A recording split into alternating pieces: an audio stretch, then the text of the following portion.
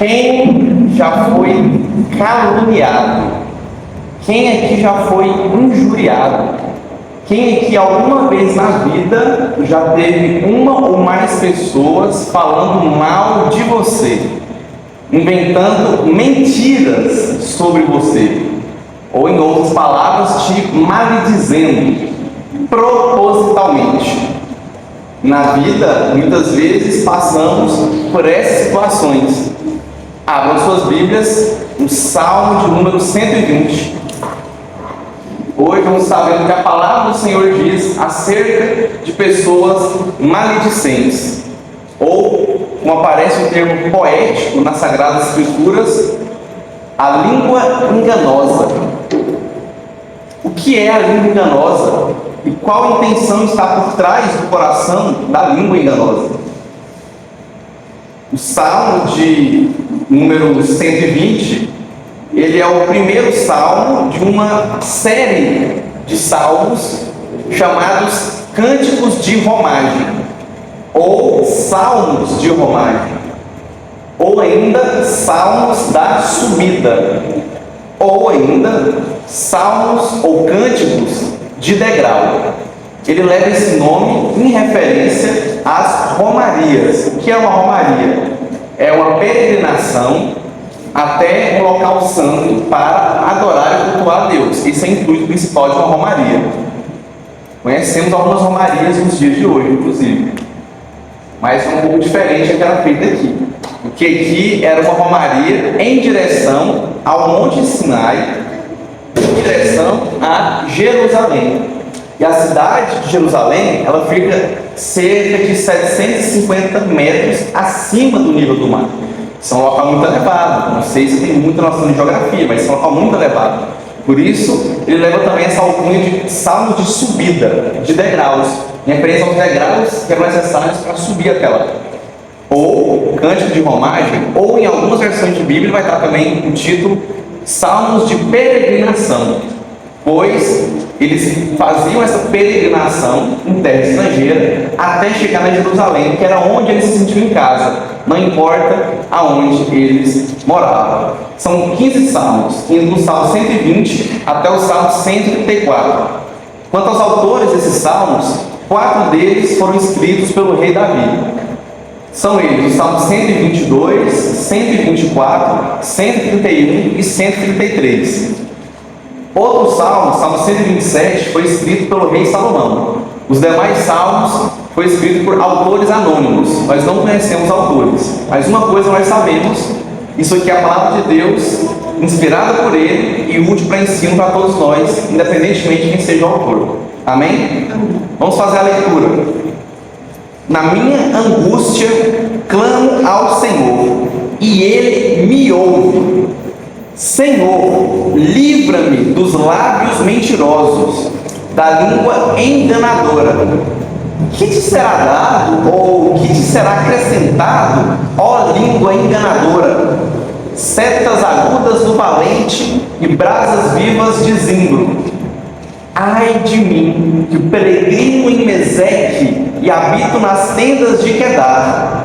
Já há tempo demais que habito com os que odeiam a paz. Sou pela paz. Quando, porém, eu falo, eles teimam pela guerra. Amém? Que o Senhor, pois, nos abençoe e aplique sua palavra nos nossos corações nessa noite. Então, aqui o salmista, ele está angustiado. E muitas vezes na nossa vida, a gente vai estar angustiado. Algumas pessoas, infelizmente, passam a maior parte do tempo vivendo essa angústia.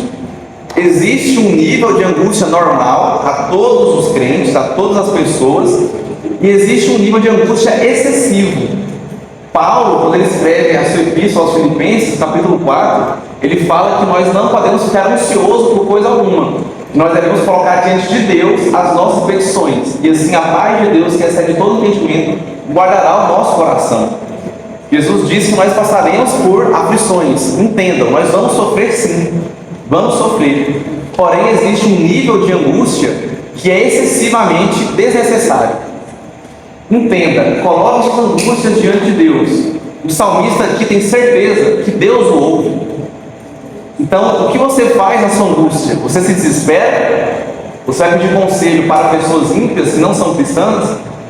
Você, antes de tomar qualquer atitude, qualquer providência, ou antes de conversar com qualquer outra pessoa, você coloca o seu joelho no chão e pede orientação a Deus do que deve ser feito? Você coloca diante de Deus toda a situação e fala: Senhor, se a porta abrir, o Senhor é Deus, mas se ela fechar, o Senhor continua sendo Deus. Se não estiver chovendo, quando eu tiver que passar por aqui, glória ao Senhor. Mas se estiver caindo temporal, tempestade, glória ao Senhor também. O que você faz? Qual é a sua atitude diante da angústia? Esse versículo ele é aplicado a angústias de modo geral. Mas não vamos perder o foco do salmo em si, pois aqui o autor se refere a uma angústia em específico. A gente tem muitas aflições no mundo, mas uma delas, uma das mais cruéis e dolorosas, sem dúvida nenhuma, é a maledicência.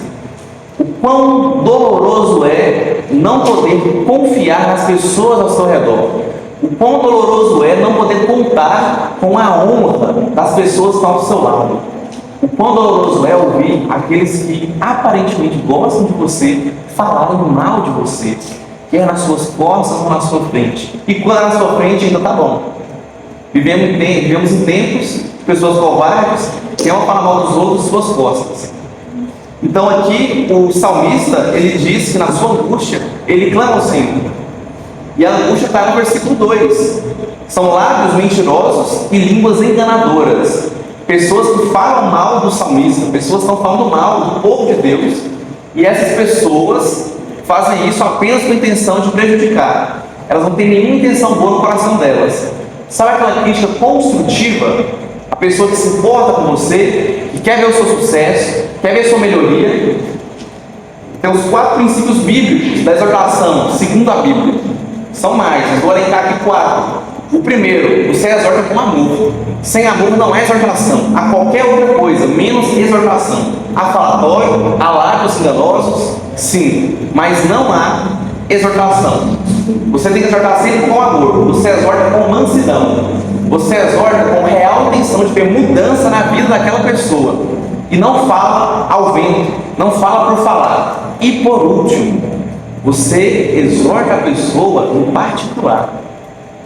Não é dar show para a plateia, não é dar show do seu grupo de amigos, do seu grupo de funcionários, do seu grupo de colegas de trabalho, do seu grupo de colegas de sala de aula. Não é essa a intenção. Então, se você realmente quer que a pessoa mude, você exorta com mansidão. E tive em tempos que várias pessoas, elas querem falar para falar. Elas caçam motivo para falar de você. Elas simplesmente querem denegrir sua imagem. Elas vão inventar mentiras sobre você. E é isso. Elas só querem realmente falar mal. E o pior, não, eu sou sincero. Eu estou falando a verdade. É para o seu bem, me escute. Não. Se fosse para o meu bem, você faria segundo o que a Bíblia está ordenando. Nós não devemos esperar esse padrão de comportamento das pessoas do mundo. De modo nenhum. De lá a gente só espera pedrada. Mas o problema aqui é que o salmista se refere a pessoas que são consideradas povo de Deus. Pessoas que ao menos se dizem ser povo de Deus. Leva essa alcunha. Temos muitos cristãos nominais. Eu sou cristão, eu sou crente. Só de nome. Na prática, você não vê nada de Cristo na pessoa, nem 5%. Quem dera ver somente 1%. Vocês vão ver mais para frente, especialmente no versículo 5, que o autor do Salmo está se referindo sim a pessoas do seu meio, pessoas próximas a ele. Ele se sente estranho. E a gente se sente assim muitas vezes na vida. Pessoas que não fazem críticas construtivas, do contrário, elas se aproveitam de brincadeiras para poder soltar muitas verdades sobre você, sem se importar com as consequências e com a menor preocupação se isso realmente vai fazer uma diferença na sua vida. Essa é a angústia que o salmista passa aqui. Ele está angustiado, porque eles estão falando mal dele. Entenda, as pessoas falam mal de pessoas, e por ser cristão, eles vão falar mais mal ainda de você. Tenha certeza disso. Afinal, quem mais do que Jesus não foi mal falado? E se Jesus, que foi perfeito, foi mal falado, imagina nós, nos dias de hoje. Seremos mal falados e seremos sim odiados. Agora, antes de você se colocar nessa perspectiva do caluniado, eu quero que você se coloque na perspectiva do caluniador.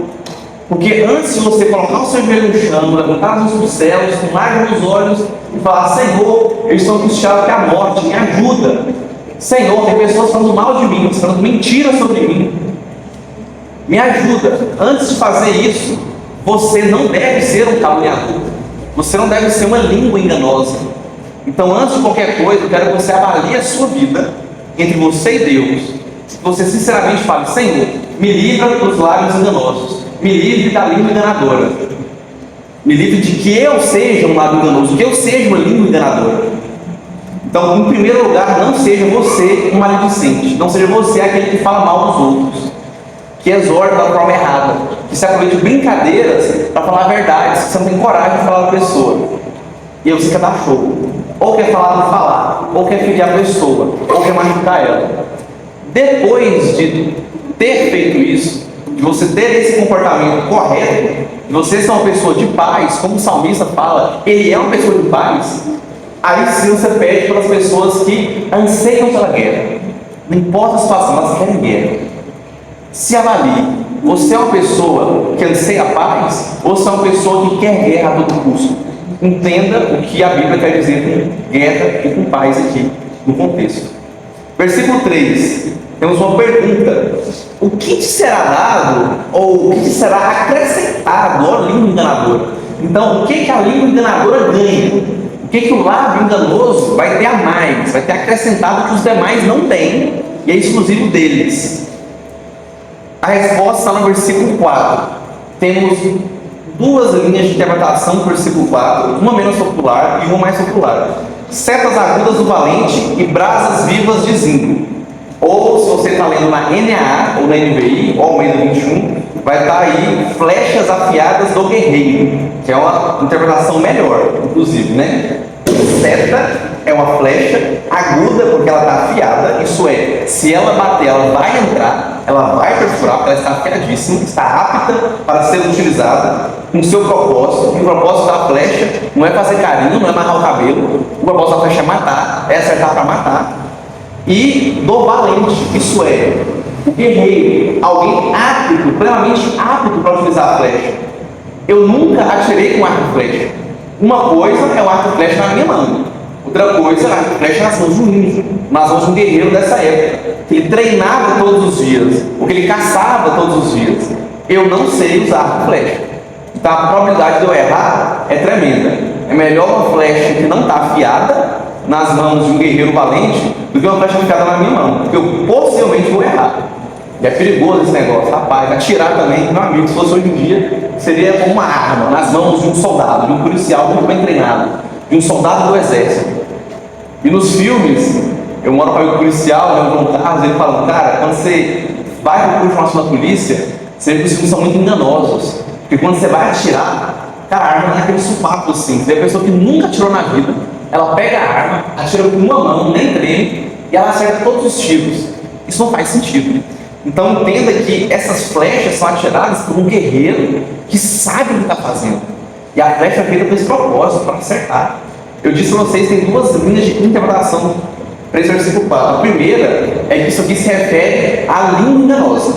Alguns atribuem isso, que a língua enganosa, ela tem essa atitude, é como uma flecha que penetra a alma e queima, né? Braças vivas, queima a alma, o corpo, a mente, o psicológico, a alegria daqueles que são atingidos. Eu, porém, não penso assim. Não que eu discorde que isso seja verdade. Só que este versículo, ele não está falando disso. Ele não está falando disso, definitivamente não está falando disso. Esse versículo está falando da punição que o maledicente recebe. É interessante que Tiago, no capítulo 3, quando ele fala dos males da língua e o dever de refreá-la, ele traz essa analogia da língua a uma brasa, que faz pegar fogo, que cessar de falar, cessa a contenda. Então eu entendo sim que a Bíblia traz essa analogia, mas não aqui nesse versículo. Aqui a Bíblia está falando que do mesmo jeito que a língua é com braço de fogo, ela vai ser punida com fogo e com flecha. E quem atira a flecha é Deus. Ele é o guerreiro hábil. Deus não é homem para que minta, Deus não é homem para que se arrependa, Deus não é homem para que se engane, Deus não é homem para que erre. Deus é perfeito, Ele vai sempre acertar. A flecha dele é a mais afiada de todas. Quando Ele mira, Ele acerta, Ele não erra. E é Deus que pune aquelas pessoas que estão falando mal de você. Tem a mesma postura do salmista. Em meio a pessoas que querem guerra, contenda, que falam mal dele, ele é capaz. E ele clama ao Senhor. E ele sabe que Deus vai punir eles. Entregue nas mãos do Senhor. Não retribua com a mesma moeda. Ora, vence o mal com o bem. Você vence a guerra é com paz. É isso que a Bíblia nos ensina.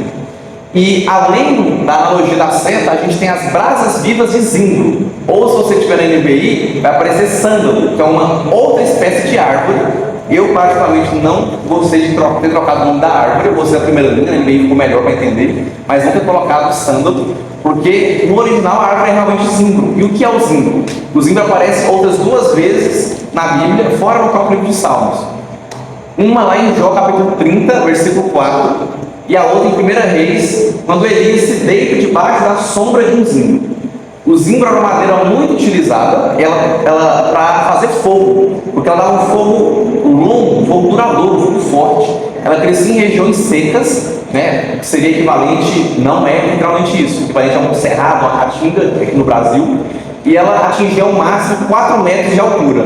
Se você não noção que tem 4 metros de altura, as portas da casa de vocês têm em média 2,10 metros.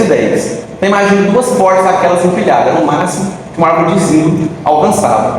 E essas árvores elas eram caçadas para poder fazer carvão, porque o fogo delas durava mais que o normal. Eu não entendo de madeira para carvão, mas quem entende sabe, até mesmo quem não entende, vocês sabem que existem madeiras que são melhores para a produção de carvão do que outras, justamente pela duração. O que Deus está nos falando aqui é: não se preocupe com as pessoas que falam mal de você. Da língua enganosa, cuido eu. Não é você que cuida, não. Você não vai rebater, não. Você vai mostrar paz. Você vai vencer pela paz. Vai mostrar que você é um cristão autêntico.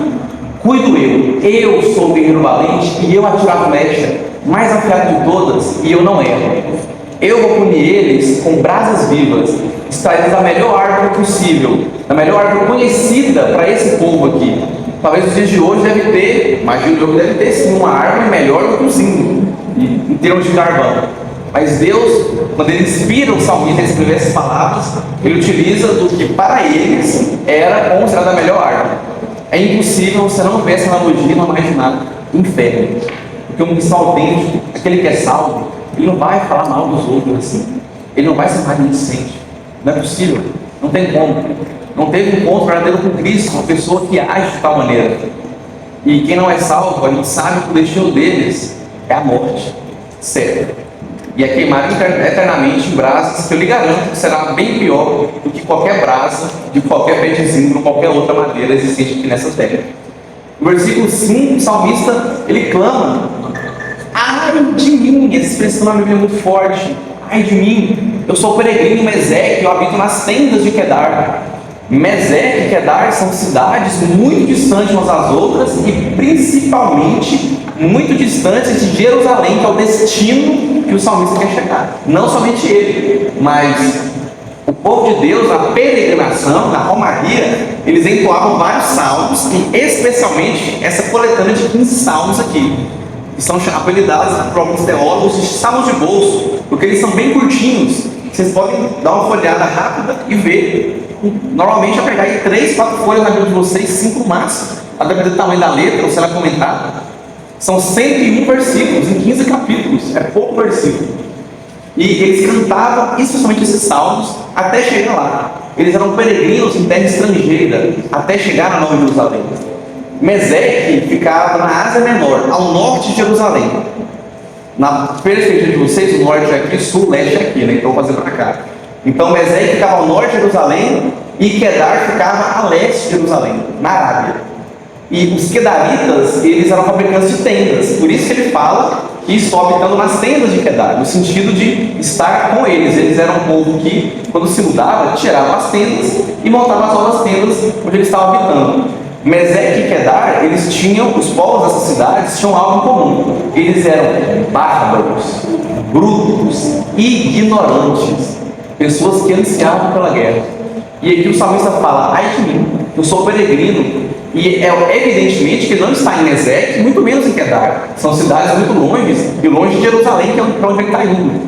Ele está dizendo que no meio do povo de Deus, ele se sente como se estivesse no meio dos kedaritas, como se estivesse no meio de pessoas bárbaras, pessoas maledicentes, que falam mal, pessoas que querem errar. Quem aí já conheceu uma pessoa que é exatamente assim? Ela quer a todo custo uma discussão. Ela é do contra. Ela não quer resolver o problema. Ela quer discutir. Ela não quer debater. Está sendo vocês dois contra o problema. Ela quer discutir você contra ela. Ela quer vencer uma espécie de debate ao invés de dar na cabeça dela. Ela quer discordar.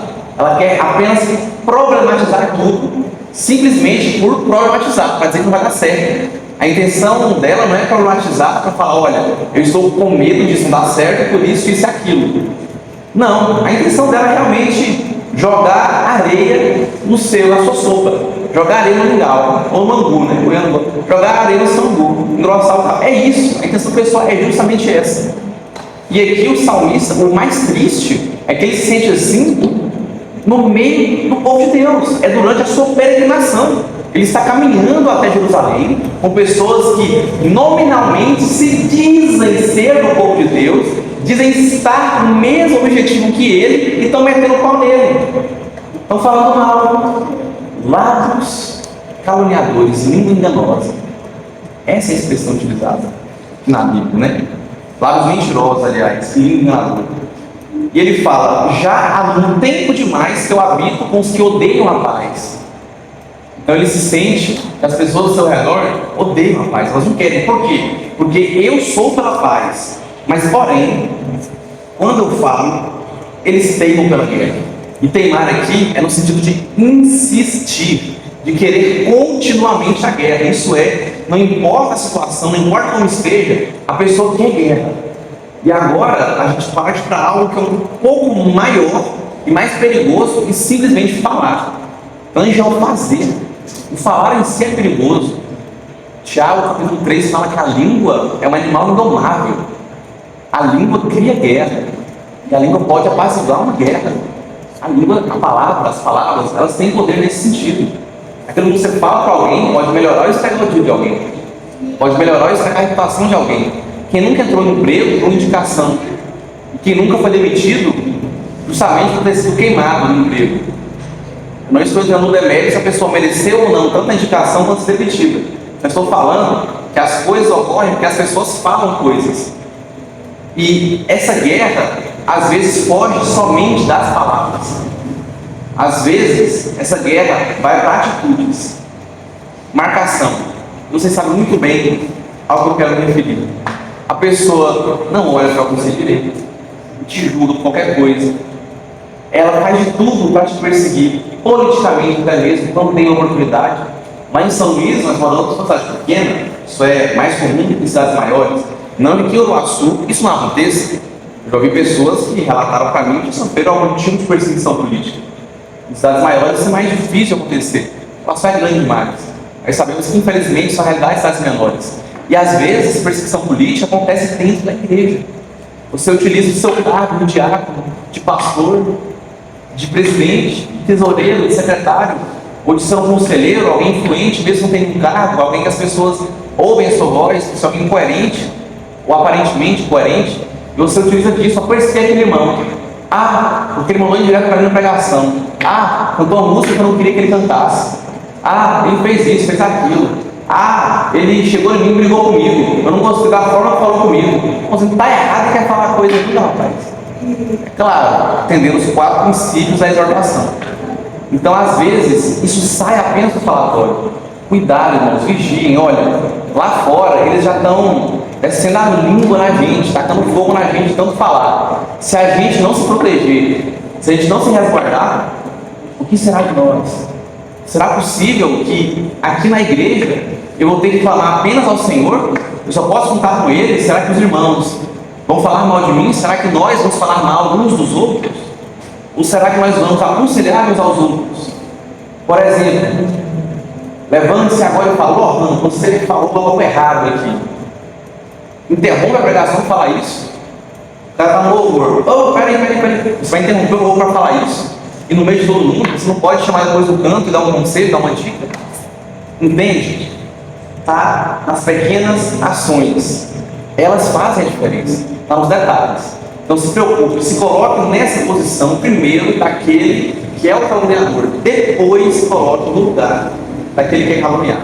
Não seja você aquele que difama alguém.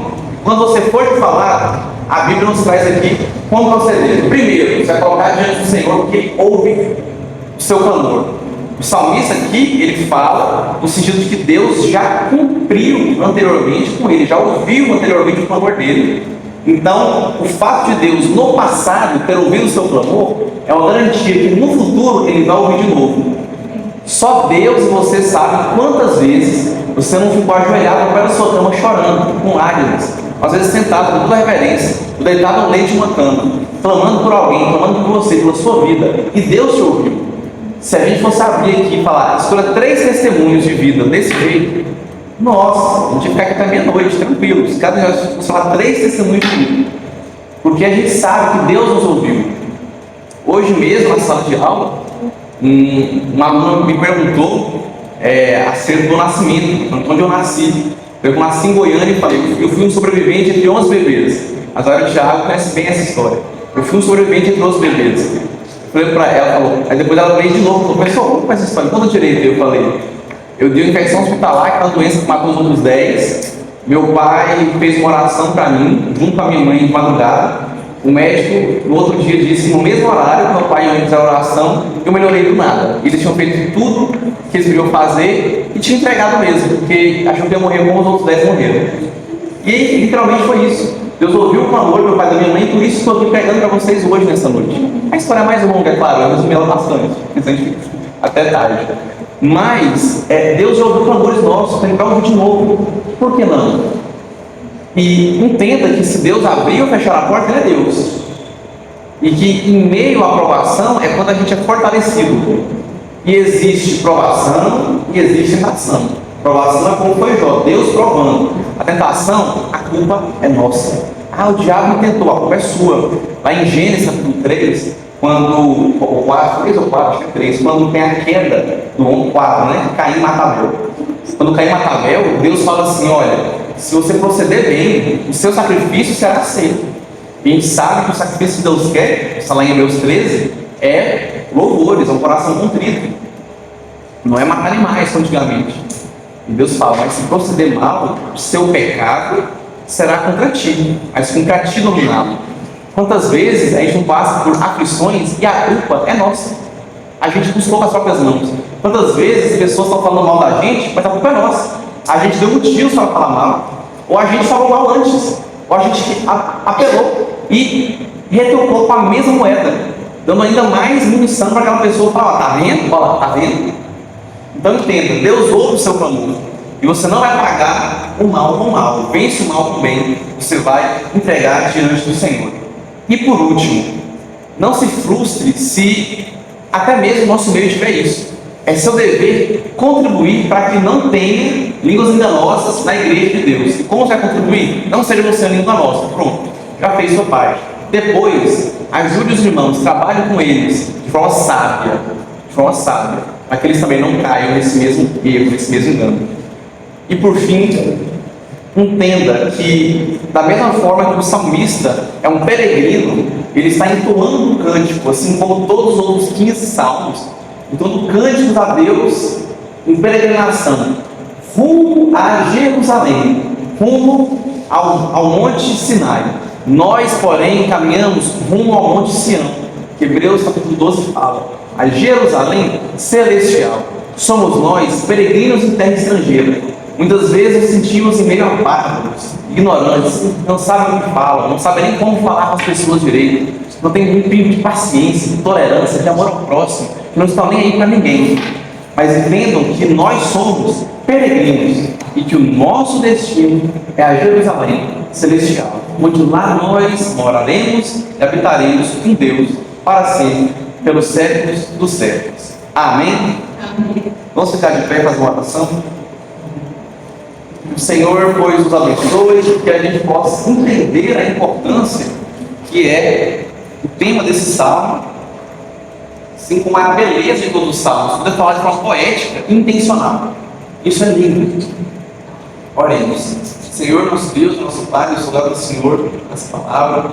Eu peço que o Senhor aplique primeiramente nosso coração, a questão de não sermos uma língua enganadora, de não ser um lábio mentiroso, que a gente só fale as verdades.